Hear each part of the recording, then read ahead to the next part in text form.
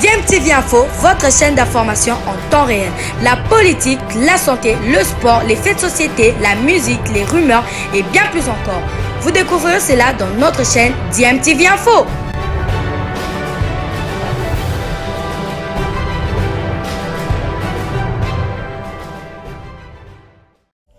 Vous êtes sur DMTV, bonjour ou bonsoir, tout dépend de l'heure à laquelle vous nous suivez. Tout plaisir est pour nous de vous retrouver, mais surtout de savoir que vous êtes nombreux en train de suivre votre chaîne YouTube DMTV. DMTV qui vous propose l'actualité, vous propose également des analyses et des réflexions sur des sujets d'actualité, sur des faits sociaux, tout simplement sur des réalités que nous observons ici chez nous en République démocratique du Congo. On va parler quand même de léopards de la République démocratique du Congo. Vous l'avez évoqué, bien oui, on parle de léopards. Cette fois-ci, les léopards à football. Et déjà, Hector Cooper qui a publié la liste de 25 joueurs. Ce qu'il faudrait retenir ici, c'était les 25 joueurs sélectionnés pour les deux premières journées des éliminatoires de la CAN 2023, respectivement, contre le Gabon et le Soudan. Sur la liste, il faudrait signaler le retour de Jonathan Bolingui, de Jackson Mouleka. Mais on note également les absents tels que Chancel Mbemba, Christian Bouindama, Gaël Kakuta, Dieu merci Mbokani, Théo Bongonda et Cédric Bakambu. On se pose des questions. C'est vrai qu'on est tenu ici à la discipline pour dire que oui, c'est des sélectionneurs qui choisissent, mais on se dit évidemment qu'il faudrait qu'on arrive, d'abord Hector Cooper qui a respecté sa parole, et il avait annoncé déjà qu'il y aurait des changements. On se dit finalement, est-ce que ce serait quoi le critérium pour la sélection, mais aussi pour la vision du sélectionneur? Le critérium de sélection, on reviendra sur les basiques. Madame, l'équipe nationale, c'est la sélection des meilleurs.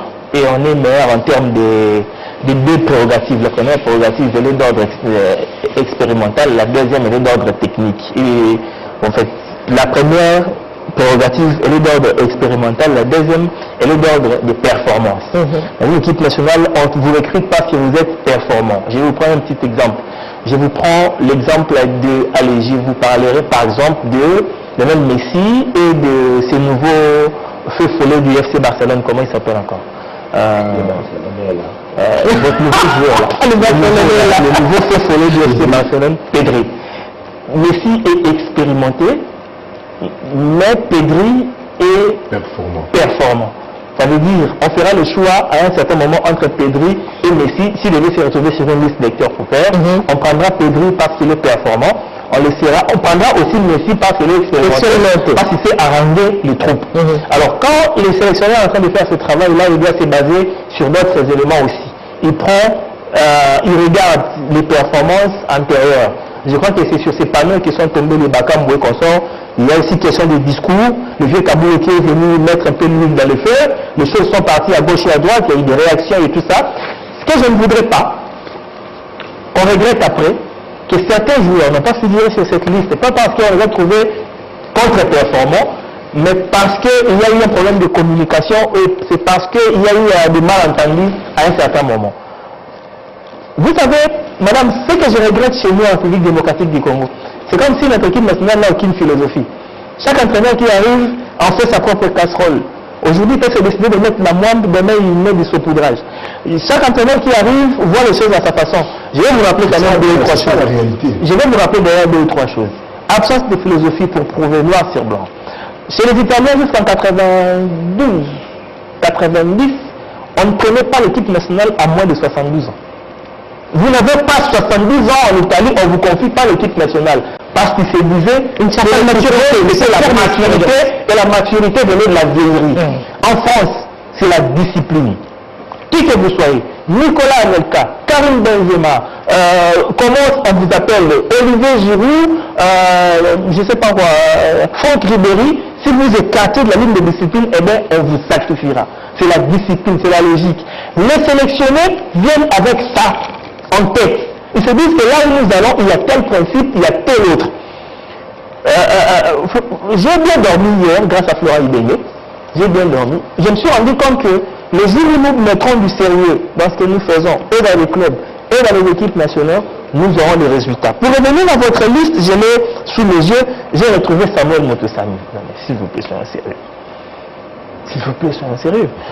même si on n'a pas de palliatif au niveau local, parce que justement, ce que Charles Massoudi a dit, les conséquences de cette absence de championnat, on les vivra en répercussion sur l'équipe nationale. C'est ça, tout simplement. Donc, même si on n'a pas de palliatif sur le plan local, on ne va quand même pas tout le temps revenir sur le Moutoussami. On ne va quand même pas tout le temps repartir sur le Tisserand qui est en train de scier les dents à faire le match. Comment vous voulez qu'on fasse le résultat alors que dans la sélection, on est très peu regardant. Alors, le problème qu'on a ici, c'est un problème de la direction technique nationale. Parce que je vous ai dit que c'est question de philosophie. Tant que nous n'aurons pas une philosophie juste, exacte, Théophile Nabazi-Bende, tant que Théophile n'avait pas osé ça, bon, il était quand même de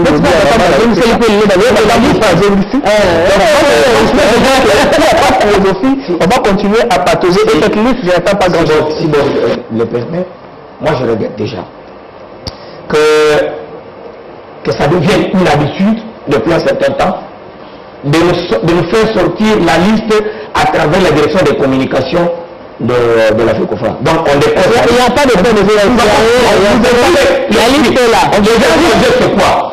C'est que nous, tant que nous sommes maintenant là, bon, ne sait pas la raison pour laquelle on a laissé, on a mis à côté maintenant, je vais me comparer chanter une déma. Maintenant, lorsque nous on communique, vous l'avez déjà de Bino, mais est-ce que l'entraîneur a donné l'occasion à la presse de pouvoir lui poser des questions pour comprendre pourquoi tel justifier son choix? Voilà, on l'a vu, j'ai vu l'idée de ça hier. Et il a été ramassé, mais j'ai suivi à la radio. Il a été ramassé par rapport à sa sélection. Pourquoi ne respectons pas tant les Congolais? Il y a des vues de respect pour les Congolais. Et pourquoi on croit qu'il y a donc ça, c'est une information qui concerne le coach, les techniciens, là c'est eux. Mais quand c'est l'argent que les Congolais payent. Ils payent pour que vous soyez payé, M. Cooper et votre staff. C'est nous, ce sont les Congolais qui sont là. La grande question, est-ce que c'est Cooper ou c'est la Gambie qui justement devrait organiser cela, devrait montrer à Cooper qu'il a intérêt à communiquer avec communication. Non, Cooper n'est pas, c'est pas l'entraîneur qui commence aujourd'hui, il a un problème de communication. Mais la veille de match, il fait non, on dit il n'a pas sa propre communication. Il se base sur la communication. Oui, mais c'est un conseil il faut, c'est une obligation parce que nous sommes obligés de supputer. Et pour ça, nous devrions communiquer les informations venant du coach. La raison pour laquelle il n'a pas pris tel joueur, c'est celle-ci. Théo Bongo n'en pas repris. Maintenant, là, on est obligé de s'imaginer. Mais je voulais quand même revenir par rapport au joueur qui nous a alignés. Arlette Boutella. Aujourd'hui, je n'ai fait que changer de place. Parce que le plus souvent, je me mettais là. Quand j'étais en train de fustiger le stade, là. Oui. Quand j'étais en train de fustiger, je disais. Il nous a montré, on nous a dit, parce que quand vous avez commencé, vous avez dit non, les entraîneurs ne veulent pas. On doit même faire comprendre aux gens que c'est comme la déontologie que de critiquer le travail des entraîneurs. Nous avons, moi je vais citer, vous pouvez revoir les vidéos. Je parlais de Nathan Ibumba. Ce sont les entraîneurs qui nous font découvrir les joueurs. Moi j'ai connu les jeunes quand on était au Cameroun. J'ai vu que c'est un gars qui montait la presse quand il est revenu ici. Il a été transféré à la Coupe du Sud. J'ai parlé de Kevin Mondeko. Mais aujourd'hui, les appuis. Djouma Chaban, on a amené en stage de pas à Baïra pour ne pas les prendre. Mais aujourd'hui, il a pris. Donc, nous, on disait ici, ces joueurs méritaient, ils brillaient en Tanzanie. Je me dis, comment voulez-vous que nous avons joué face à la Tanzanie? Nos joueurs sont des titulaires là-bas. Mais ceux-là que vous considérez ici, vous les mettez face à la Tanzanie, on les gagne. Mais nos joueurs que vous avez négligés sont titulaires, ils sont clairs là-bas. Finalement, on a pris, mais nous avons manqué le mondial. Donc, et puis vous nous demandez toujours de respecter parce qu'ils sont des techniciens. Nous, les problèmes que nous avons, c'est que, c'est les joueurs. Qui est venu au Maroc, qui n'a pas eu, qui écran, mais qu'on n'a pas allumé finalement.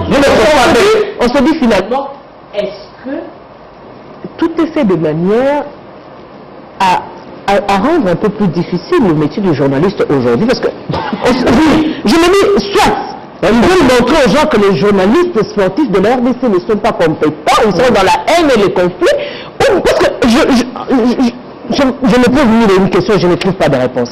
Comment vous pouvez choisir des joueurs que vous n'arrivez même pas à expliquer, même pas aux journalistes. Au milieu des Congolais, vous décidez vous-même un bon matin d'enlever des joueurs tels que Cédric Bakambu, passe. J'aurais aimé qu'on puisse quand même parler, dire que nous, par exemple, sur le plan de l'éthique, il a dit ceci, il a dit cela, nous estimons qu'il ne pouvait pas faire partie de la sélection. Mais vous enlevez et vous gardez tout un flou autour de cette liste. Moi, je pense que, madame, journaliste que nous sommes, il est très difficile partout au monde de réfléchir comment empêcher à un journaliste de faire son travail. Il le fera toujours. Vous me privez de l'information, je sais comment chercher de l'information. Il y a des formules à utiliser pour informer. Lorsqu'on n'a pas toutes les précisions possibles par rapport à cette information, il y a des formules à utiliser. Il y a des conditionnels à utiliser. Mais il faut parfois affirmer certaines choses pour pousser à celui qui nous empêche, celui qui nous prive de l'information, finalement, qui soit dans tous ces états pour nous livrer cette information. Nous avons des formules à utiliser. Par rapport à ce qui vient d'arriver, Charles l'a très bien balayé. Moi, je pense qu'il revenait à Hector Cooper, professionnel qu'il est, expérimenté qu'il est. Il pouvait aussi l'exiger. Il pouvait exiger cette conférence de presse, question d'expliquer. Parce qu'il y a quand même certains cadres. Il y a un bon nombre de cadres qui tu as enlevés dans ta liste. Personnellement, je commence à réfléchir. Est-ce que c'est parce que Cédric Bakambu avait tenu des discours critiquant Hector Cooper, il a est-ce que c'est ça la raison de son débâcle? Je ne sais pas. Ce sont des réflexions. Est-ce que sincèrement... Merci beaucoup que vous avez réfléchi à la réflexion. Moi, c'est plutôt quand vous dites pas ce que vous faites, on dira ce que vous ne faites pas. Voilà. Donc, parce que vous n'avez pas dit ce que vous avez fait, nous, on vous dira par exemple, ici, ce qui est clair, c'est que parmi les locaux, il a pris que Mazembe et le mot à la limite, parce que c'est Mazembe qui a le plus joué pendant cette période de trêve accidentelle. Ça, c'est tout à fait normal. Oui. Ça, il ne l'a pas dit, mais nous l'avons compris. Pour le reste, il n'a rien dit, nous on dira ce qu'il n'a pas fait. Oui, donc en fait, déjà les Congolais ne voyaient plus cette charnière composée par Tisserand et le Indama. Oui, le Indama est parti, le Indama n'est pas sélectionné. Mais il fallait aussi laisser partir, laisser reposer Tisserand.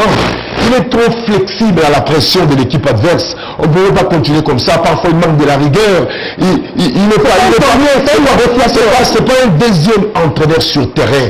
Parce qu'au-delà de celui qui se retrouve sur le banc, on doit voir un entraîneur sur le terrain, c'est ce capitaine-là. Et lui, voilà. Donc malheureusement, il n'est pas là. Chancel le cadre qui a prouvé des choses qu'il est capable de pendant tous les matchs que nous avons joués, quel que soit aux éliminatoires de la CAN que nous avons raté la fois passée, aux éliminatoires de ce temps. Avec une certaine constance quand même, on sent. Est-ce que c'est parce qu'il est fait contrat avec son club de Porto? Pendant que vous prenez le débat, qui n'a même pas de club. Pendant qu'il y a ce gardien, il n'a toujours pas de club, il est toujours là. C'est-à-dire, au moment où vous n'avez pas communiqué, nous sommes obligés de communiquer à notre manière par rapport à tout ce que nous pouvons réfléchir. Et ça va partir comme ça, le temps de Nathan Idumba. Idumba est un très bon joueur qui a fait un grand match en Tanzanie. Et Idumba, du coup, déjà sur la liste pour le match de barrage, il n'était pas là injustement. Et on l'attendait signer son retour. Il n'est pas toujours là. Déjà, j'ai du mal à beaucoup en parler parce que déjà au départ, on souhaitait tous le départ de cet entraîneur qui a du mal à communiquer, à faire la bonne communication avec les joueurs. Oui, il communique à travers son interprète, mais cette communication qui a trop de vide et on ne sait pas nous. Concrètement, moi je ne parle pas espagnol, je ne sais pas si réellement c'est que son interprète dit. Donc il y a du mal à parler de... On va terminer avec ce débat pour prendre la conférence. Fait dans cette dernière relance que vous avez faite, parlant de la presse, c'est Massoudi qui a soulevé les débats disant ici on nous a rien dit, nous on va penser à ce qu'on veut, parce que justement il n'y a pas de communication. J'étais en train de recevoir le message d'un ami, Guy Mangapi, il est en train de me suivre, je suis en train de le saluer d'ailleurs, il est à Katavoubou. Il me dit France Football est l'auteur du Ballon d'Or. Un média. Oui. Vous savez combien France Football pèse sur le Ballon d'Or aujourd'hui, même s'il y a beaucoup de variantes qui entrent. Donc il faudra qu'à un certain moment, nous, je ne tire pas sur notre maison, il faudra qu'à un certain moment, nous de la presse, nous prenons des initiatives, aller de l'avant et faire des propositions et rester droit sur nos bottes. Droit dans nos bottes. Le problème c'est que, qu'est-ce que nous ne disons pas, par exemple, sur ce plateau qui semble être vrai?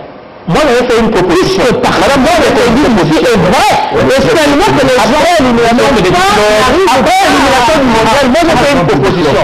J'ai d'ailleurs fait dans le forum de l'AJSC.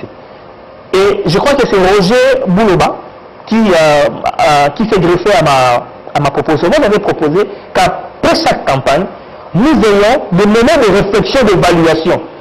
Pas en cherchant le financement au ministère. Pas à chercher à nous faire...